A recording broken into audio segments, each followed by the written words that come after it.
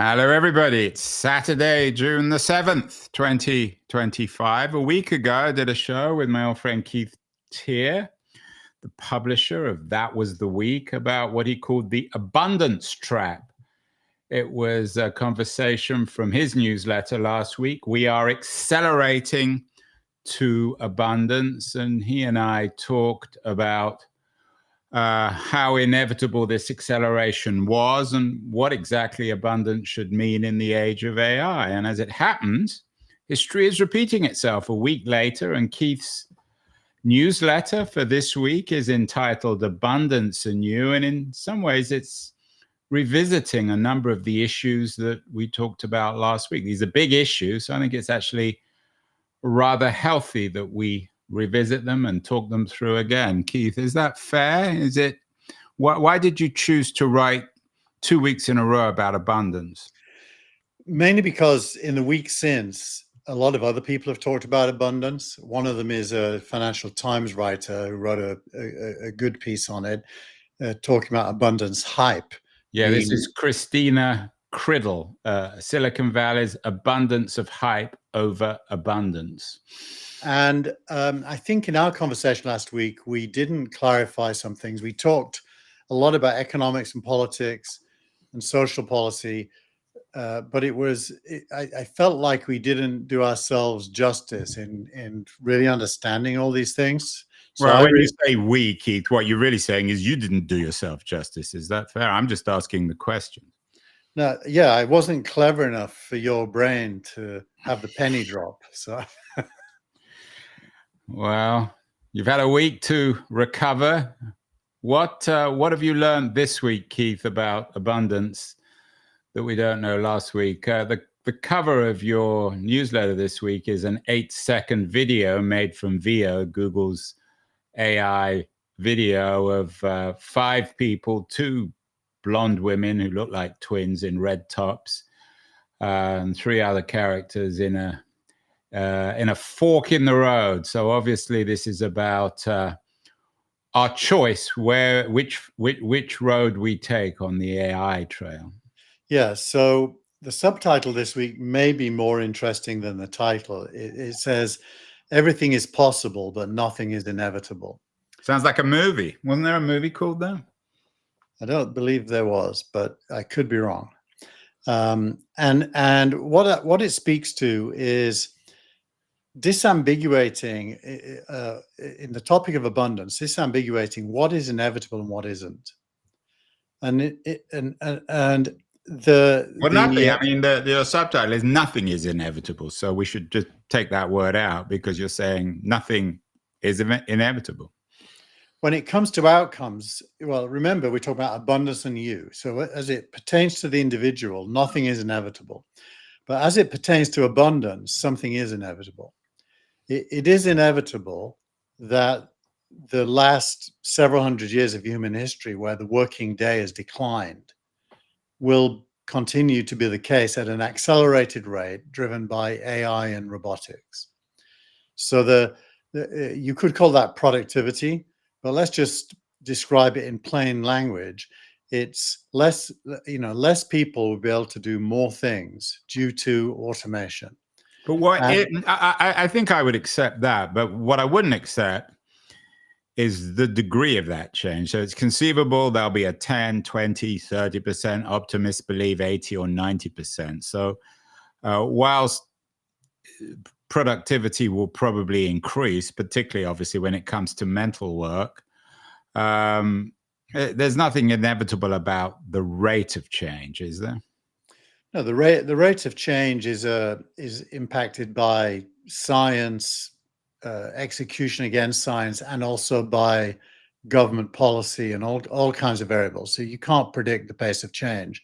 I think you can predict that the pace is accelerating, and that going from where we are today with agents to agents that have physical form in the real world, robotics, seems to be something that's going to happen within a period of time that we can understand in our minds and will probably live through.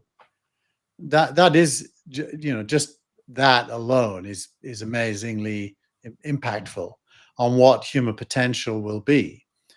And so I don't think we should underestimate it. I don't think we should overestimate it, but we should recognize that AI makes things possible that previously weren't. And the number of things that are possible literally today is a small number of things, mainly around automated coding or automated task management.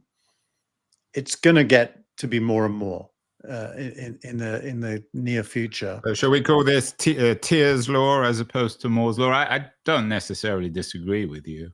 So, and I don't think it's a particularly controversial point that you're making there. So in your editorial, you'll talk about something called the promise and the problem of AI. What exactly is the promise? So is that what you've just described? I think the promise can be short-term or long-term.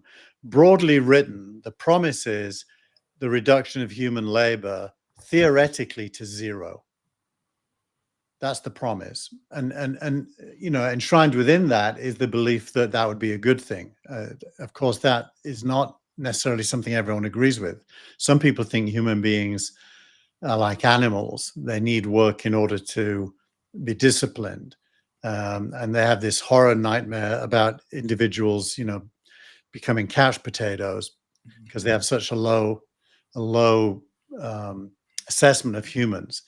I think it's a good thing. I think less work is Well, good. yeah, I mean, I wouldn't agree with that. I think that there are some people who have a very high opinion of the potential of humans, which suggests that they're better off working because it brings out our humanness, whatever that is. But that's, again, a complicated issue. So I agree on the promise. The promise allows us to borrow some language from Marx, realize ourselves. So what's the problem, Keith? The problem is that abundance used as a word that describes outputs, the things produced, whether it's services or products or experiences. Abundance described as outputs has no narrative within it as to who will benefit from those outputs. And so abundance could lead to a nightmare society close to a feudal system where a small number of people own everything, or it could lead to a utopia where everybody has anything they need. And which of those two futures happens, hence the fork in the road in the image, which of those two futures happens is dependent on human action. There's nothing built in that says the good scenario will happen versus the bad. And this is obviously one of the themes in Criddle's piece in the FT about Silicon Valley's abundance of hype, overabundance, about the promise of tech executives. And of course, tech executives are not disinterested observers of this. They have a huge amount invested. And this, to me at least, and we've talked about this before, this is the biggest issue of it's the OpenAIs and the Googles and the Anthropics of the world who own this new technology. It's not publicly owned. And that's going to be true in robotics. The means of production, which is the stuff you need to make things, is going to be privately owned. Well, that already tells you can't really be anti-capitalist. Even you don't have to be anti-capitalist to recognize the problem. No, I don't mean anti-capitalist in a political sense, but you actually have to embrace the fact that in the societies we live in, risk invested in outcomes is the source of those outcomes. And governments aren't going to do that. It's not the job of government to do that, and they have no intention of doing it. They don't want to do it, and populations wouldn't want their taxes spent doing that either. So you can rule out governments. Well, the only thing left is people, and people create companies to do that, and the successful ones become big. That, it seems to me, that's the structure. So is that the promise or the problem, or both? Neither. It's the reality of how this abundance would be produced. And therefore, you're right, the proceeds will be owned by private companies unless something changes.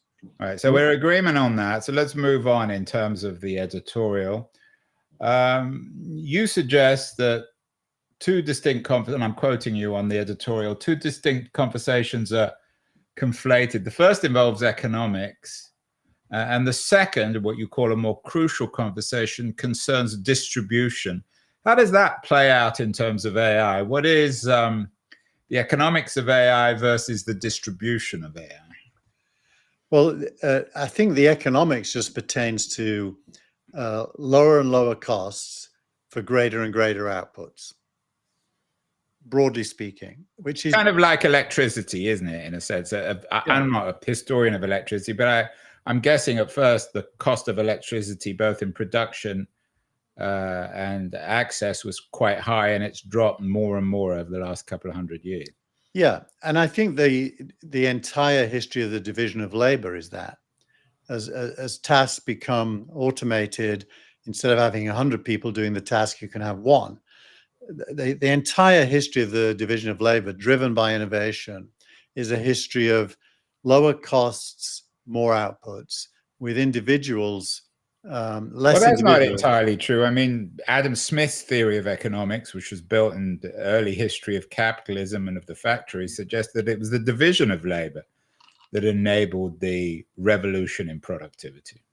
Yeah, but you can't have a division of labor unless you invent the seed drill, because otherwise everyone has to plant seeds. So they're correlated. It's neither one nor the other. It's both together. And so once you have this combination of technique driven by discovery and division of labor, the working day can decline from 16 hours down to modern norms of 40 hours a week, or even less in some countries. But it didn't always work out. I mean, you've got another section on lessons of history. I mean, one of the lessons of history is complicated. I mean, in the 19th century, if your narrative was true, people's work days would have got less, but people were slaving away, and literally quite often in factories, for 16, 17 hours a day. They were working much harder than they ever did on the field. Well, that's a snapshot of a moment in time, but I don't think you would claim that factories have increased the working day. Factories clearly have decreased the working day over the long haul. And yeah, there are moments like wars where everything, old rules are turned off and yeah, I mean, it's an interesting, I'm not sure. I mean, I'm not, again, enough of a historian. It'd be interesting to compare the labor of a Shenzhen worker versus their labor when they were on the land. But anyway, let's go back to this distinction between, I'm sorry, I keep on interrupting as I tend to do, the distinction between economics and distribution. So distribution really is the word that describes how do these increased outputs produce more cheaply than ever before. How does the benefit of that, not necessarily the things themselves, but the wealth embodied in them, get distributed to everybody? So let's say you're out of work because teachers are no longer required because AI teachers are better than you. So you have no income. So how do you personally pay for a house, probably a transport, food? That's distribution. How do the benefits of that get to you, especially if society's gone beyond labor as a requirement of life? And that's a good question at any stage. It already starts to be a good question now. Two of the teachers at my kids' high school retired this week. The implication was they were forced to. They're 60. And, I think we're going to see in education in particular, massive change over the next 5-10 years. How are those people going to live? Now, the right wing point of view would be, we don't care. But if it's everybody, suddenly you have to care. Yeah, and it's not just teachers, it's especially when it comes to AI. It's engineers and lawyers and programmers and doctors and everybody else. So it sounds like, Keith, you're becoming more pessimistic. I mean, no, this well, isn't. I mean, you've got this section on the lessons from history. In terms of recent history of digital, for example, we were promised that the distribution of entertainment and social media would benefit everyone, and it clearly hasn't, or most people would argue it hasn't. So what lessons from history do we have to suggest that this outcome may actually be good? Firstly, I dispute your lessons from history analysis. I mean, I think the very existence of Amazon Prime and Netflix and the huge numbers of people that subscribe to them, and the fact that most people have several hours in their day when they can be entertained if they want to choose to use it that way, that's real. And that wouldn't have been the case, even in my lifetime. I was born in 1954. And so I don't really agree with your framing. That said, I think the amount of time in a day when you will have choice about what to do is going to grow. That's the real bottom line. Choice is, it's a Margaret Thatcher and Ronald Reagan word in recent political history. They used it as a weaponized word against social welfare. But I think there's a real meaning of the word choice, which truly means how do you want to spend your time, and which will resolve itself into ultimately what do you enjoy doing. But you haven't answered. I mean, you brought up the problem, which is the distribution. Well, you call it whatever you want, the gorilla in the room, that people aren't going to be working. They have to pay for rent. They have to pay for clothing. They have to pay to feed themselves. Where is this money going to come from? Well, the debate, there's a lot of answers to that are being discussed. The most recent is getting rid of the word basic from universal basic income and calling it universal income, which is a concept that for those who don't know it, there's a book called For Us the Living that has this concept in it. It was written in 1939 and is based on some Austrian economic school theory, modern monetary theory, where you can give people things because they're so cheap to make. You don't have to get money back when you give them to them. And so at the core of it is the idea that production is so prolific and universal that everyone can have whatever they want. But you always, when I ask you these questions, concrete questions, you always go back to some theory of some book written in 1939. What? I'm just indicating that there's a long history of ideas. Yeah, but if you want to take stuff from 1939, there's very little evidence that guaranteed minimum income, whatever, none of these things ever take off, even in the most minimal way. So why should we believe that they'll take off now? I think you're being a little bit mischievous or entertaining, one of those two. Because as you and I both know that Sam Altman's project WorldCoin, now called World, they got rid of the coin. They just developed. Remember that orb that you had to have a retina on? They've got rid of that now, and they've improved on it to a much smaller device that's less expensive. And their goal is to have every human being on Earth receive, as a matter of course, their portion of the proceeds of AI in a crypto token, WorldCoin, monthly. And they've already got something close to 2 million people receiving it. And WorldCoin already trades on exchanges and has a value. So that's a practical. And you trust Sam Altman with this? This is not. It's not really under his control because it's automated from the moment you're in the system, you get your distribution. Now, it's not trouble-free. There's all kinds of detailed issues you could discuss about WorldCoin. But it does indicate that, there are potentially practical steps to distribute wealth to everybody that would allow them to have a high standard of living without working.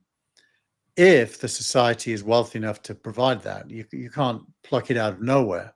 It has to come from the proceeds of automated production. So this is what you mean by everything is possible. This is the age of abundance. So your exhibit A in the potential is Sam Altman's new scheme to give everyone in the world some sort of crypto coin. And I don't think he's alone. I think there's a lot of different projects out there trying to figure this out. There is, I heard Paul Ryan, the libertarian, interviewed this week, and he was asked about this. And he made the point that, and you know, he's so anti-government that he's on his own in a way on the spectrum. He made the point that yes, if there really is no need to work, government will have to deliver health, education, food, everything basically. So I think there is an intellectual understanding. It's a logical thing at the moment. It's not practical. It's not yet the time. But there's a logical understanding that the ultimate end game here will involve no work, but everyone has a good lifestyle. Yeah, I have to admit that it just, to me, this is just a fantasy. I mean, the reality of America, at least at the moment, is more and more inequality.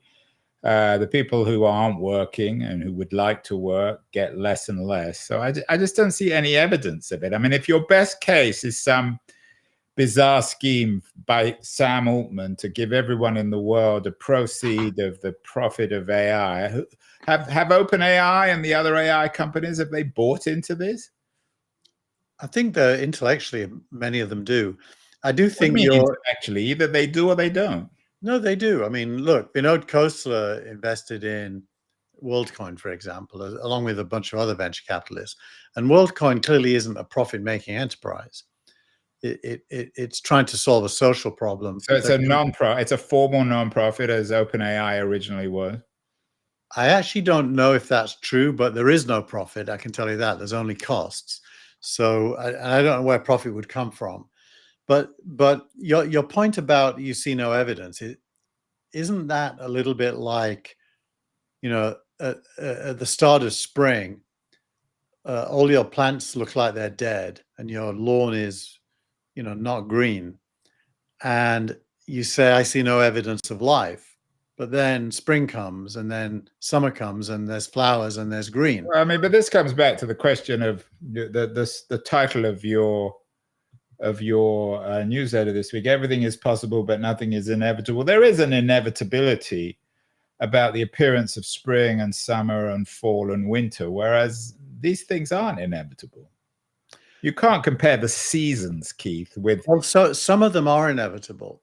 That's why I tried to separate out economics and politics. So what exactly is inevitable?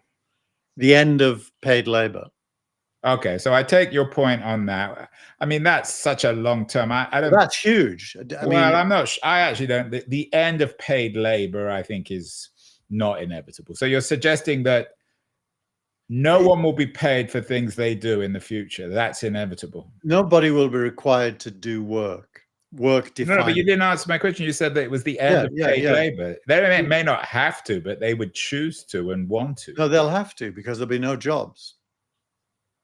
Why would I employ people if I can get software to do the things people do? I mean, I would never employ people. People are too expensive. Well, we will see. It's all incredibly abstract, but also enormously important. It was inspired from a very good piece from Christina Criddle, Silicon Valley's Abundance of Hype Over Abundance. But the debate about abundance, as you note in the newsletter and in the pieces you cite, is very concrete too. You connect with a piece by Noah Smith about the polemical significance of the concept of abundance on the Democratic side, and it's being triggered by the success of the Klein book on abundance. What's happening on that front? Leaving aside all these abstractions, why is the idea or the promise of abundance now important for the Democrats? Well, I think the Democrats can't win unless the pie, if you will, is expanding. If the Democratic Party is the party of dividing up a small pie between people, that leads to all of the stuff we see today around immigration and contested access to assets and resources. For example, free healthcare. You can't imagine free healthcare unless the wealth of society is growing rapidly. You can't imagine free education unless it's growing rapidly. So if the Democrats are the party of education, of healthcare, of minimum living standards, you need a growing pie. And that part of the Democratic narrative has been missing. They've never talked about how to grow the pie. They only talk about how to distribute it. And that is a weakness because everyone's clever enough to realize unless the pie is growing, there's nothing to distribute. And that's going to take away from me. So it comes across as taking something away from people who are middle class instead of giving everybody something more.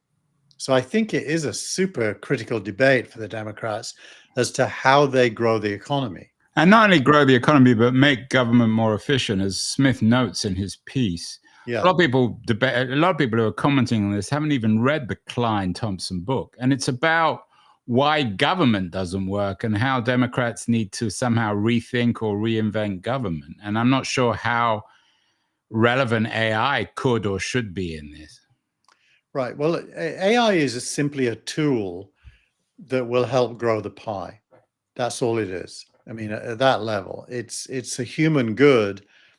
Even if it doesn't get distributed, a bigger pie is normally a good thing. So, but AI it shouldn't be the centerpiece of the conversation.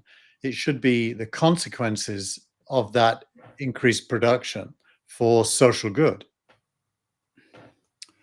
Yeah, but again, you're sidestepping the question of how AI can make government. I mean, governments, and the problem with government in America is it can't do anything. I mean, lots of books have been written about that. Can't build high-speed rail. Can't build homes. So how can AI help with that? I think that's a harder conversation. I mean, it comes down to WorldCoin versus the government. If you think about those two, WorldCoin is a private initiative to distribute wealth. Government is a public initiative to manage. So are you suggesting in your own Hegelian way that Democrats or progressives should get behind ideas like WorldCoin? I think they have the capability to do that, although they'd almost certainly do it as a government initiative. There'd be a government coin, if you will, which is what the US dollar roughly is. So they probably wouldn't get behind WorldCoin, but they may embrace the concepts behind WorldCoin, which is the distribution of wealth via a form of taxation, really, that takes assets from the AI-driven economy and makes those assets available to everyone for their life. In other words, everything is possible, but nothing is inevitable. All very abstract. More concretely this week, a couple of interesting pieces of news on the AI front. One about 11 Labs debuting a conversational AI 2.0 voice, and another about Notebook LLM adding a new way to share our own notebooks publicly. Are you bullish both on 11 Labs and Notebook LM?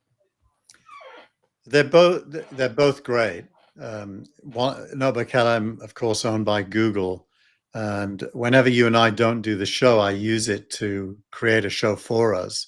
And by the way, weirdly enough, those shows get way more listeners than we get. Probably because people are curious to see what it did. Maybe it's because we're just really boring. It could be. Google should really buy 11 Labs. I mean, my problem with Notebook LM, I'm sure they'll eventually change it, is that the AI, the conversational AIs, they sound the same. They're incredibly annoying.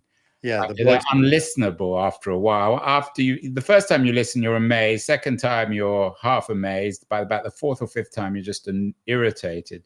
Yeah. So if 11 Labs and Ella and Notebook LLM were actually seamlessly integrated, you'd have an amazing product. Yeah, and 11 Labs, by the way, is a European success story. It's Yeah, based well, in aren't they one of your investments at Signal they, Rank? they are not actually. We wanted to invest, but it's one of the few that we were not able to get into.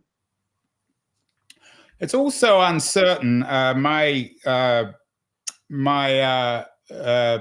interview of the week is with Chris Schroeder, who's a global venture investor, and he talked about drowning in black swans in what defines our age as its uncertainty. It was an interesting conversation, and then I was particularly struck by the fact that someone at Barclays this week suggested that Alphabet stock could fall as much as 25% in a black swan event. So I'm not sure if you saw the black swan interview with Schroeder. I did. But what do you make of a world of such radical uncertainty? And is it reflected not just in Alphabet, but in all the other big tech companies, particularly, I think, OpenAI? It's so uncertain.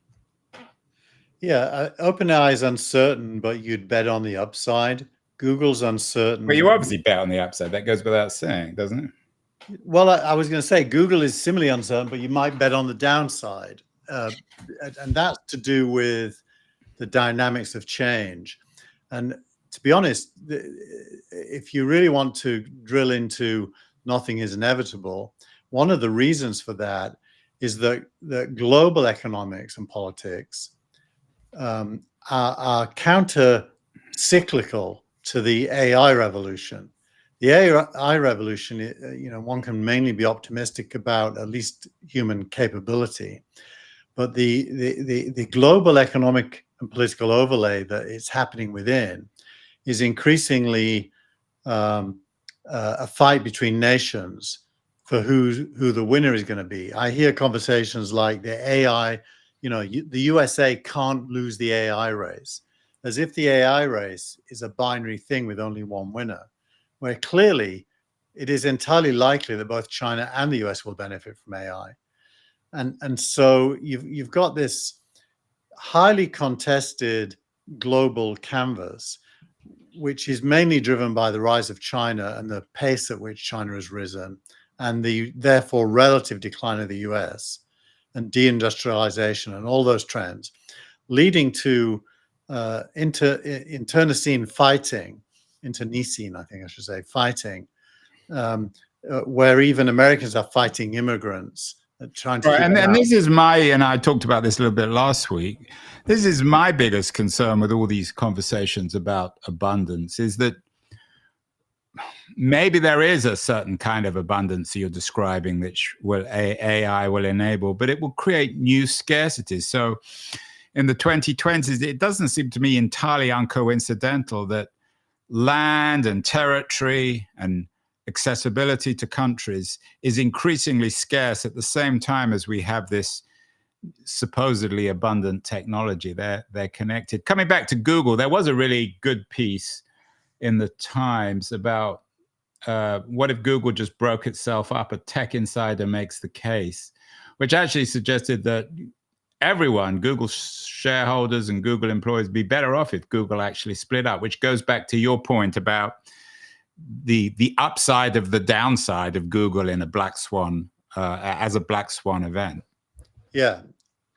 Devil in the detail there about what they break up, but intuitively, for sure that if Google broke out Gemini and Notebook LM into a pure AI company, it would be worth a lot. And you've got, of course, Waymo, which is also in its own way an AI company. Yeah. And they made Demis Hassabis the head of DeepMind, the CEO of the new company. Yeah. There was another article this week that said the opposite, which is Google isn't worth, the pieces of Google are not worth the current value of Google. And therefore, it would be a decline. And that's because the value of Google is largely driven by its search engine and its advertising business. And the Yeah, I wouldn't like previous, to be a lawyer at Google determining whether or not they're going to be broken up. I hope they're working hard, Keith, on this. exactly. Let's hope so. Where we pontificate. Finally, your post of the week is by David Friedberg, which explains AI's abundant future, more time for family, friends, and leisure. I have to admit, I haven't looked fully at it. I put it in because it was the best summary of what I think. Here's what really annoys me about all this, and yeah, I'm sure that you will call me a reactionary and all the rest of it, but what's particularly annoying is Friedberg, however you pronounce his name, is an example, a classic example of a successful Silicon Valley type. And Silicon Valley is defined, and you know this better than I do, by how intensively people work and how bad they are socially, and what an absence usually of leisure and private life they have, often out of choice. So it's always particularly rich to hear from, and I use that word, I guess, with a degree of irony. It's particularly rich to hear from Silicon Valley billionaires and multi-billionaires about the abundant nature of AI's future, because there'll be more time for family, friends, and leisure. Is that? I mean, I don't know enough about Friedberg to discuss whether or not he's exhibit A in this, but is there some truth to that? So Friedberg is a scientist. He's a venture capitalist stroke scientist. His main work is figuring out how to genetically modify plants in order to be better, whatever the goal of the plant is, to provide food or shade or whatever, trees and so on. So he's a pretty sober kind of a guy, and he is wealthy for sure. But the reason I put this in is because it was a very articulate and very short summary of what the potential is. And I think it's good if these powerful, wealthy people in the Valley are making social points about the future they want. I like that, because it means they're not just talking about how much money they can make. They're talking about what the impact can be on the world. Vinod Khosla does that a lot. And so in a week where, and we haven't talked about Musk, and I'm pleased we have, and about his bizarre breakdown of his close friend Donald Trump. These people, and again, I know it's hard to generalize, and I'm not saying it's true of everyone, but there is, you know this as well as I do, you're a Silicon Valley guy much more than I am, that the social skills of a lot of these people are relatively minimal. I mean, Zuckerberg, for example, comes to mind. So that they often talk about social and the value of friends and talking to one another, but they're not skilled in it themselves. I think sometimes that might be what you glean from their public persona, Andrew. And I used to live in College Terrace here in Palo Alto, where Zuckerberg lived before he went and bought his big compound. And we trick-or-treated in one year. And he used to walk around the neighborhood, by the way, and talk to you. He's fine. He's perfectly normal and nice, actually. So I think the public persona gets in the way of who they really are. And that's always true. Whenever you become a little bit famous, it kind of warps your public persona a lot. Yeah, I'm sure that's true. I'm sure he's not quite as evil, and I'm sure the same is true of Musk and Andreessen and the rest of it. But they seem to be sort of socially troubled. But coming back to the Friedberg point, again, it comes back to this abundance and scarcity. One of the defining qualities of our age is its antisocial nature. We have all these books like The Age of Anxiety, which suggests that people are more and more isolated, can blame it on social media, on technology, on the changes of our politics and culture. So again, it seems to me sort of eerily coincidental that we have this new technology that's come along that is supposed to solve all our big problems of loneliness and isolation and lack of meaning in our life. But the reality is that some of this technology, at least, is causing it, is part of the reasons why we're falling into this trap. Yeah. And there's very little evidence that it's actually going to make it better. If anything, it'll probably make it worse. Well, I think there's an interesting conversation maybe for another week there, which is to do with, can a society that is increasingly individualized also be more social than a society that was more dependent on communities? I would say that economic progress tends to create individuals because you don't need help. Everything you need is there available to you. When I was growing up, the neighbors were really important.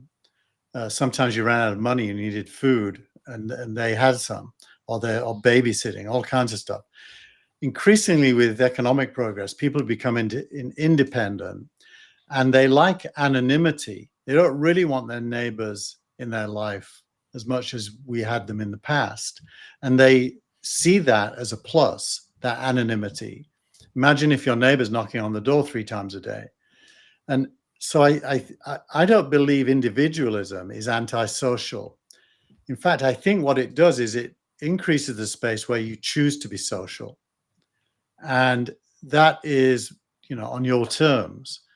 So especially in a world where AI is doing all the work, yet everybody can have food, that would be the most social thing I could imagine, because everybody's connected to the core, of an economic engine that can make their life good. But it isn't social in the narrow sense of you're making friends and hanging out with people the whole time.